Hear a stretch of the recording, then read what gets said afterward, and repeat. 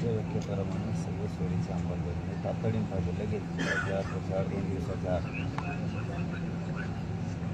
त्याची नोंद सापडली.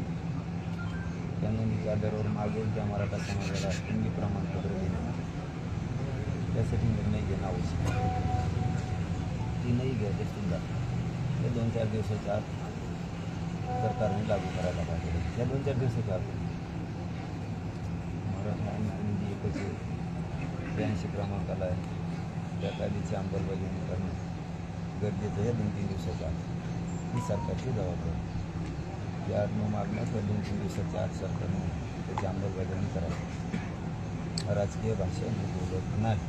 त्यानंतर मला त्या वळणावर जायला लावू नका प्रवीण साहेब, आणि मला भागही पडू नका त्या वळणावर जायला. त्या 2-3 दिवसाच्या आत 2-4 दिवसाच्या आत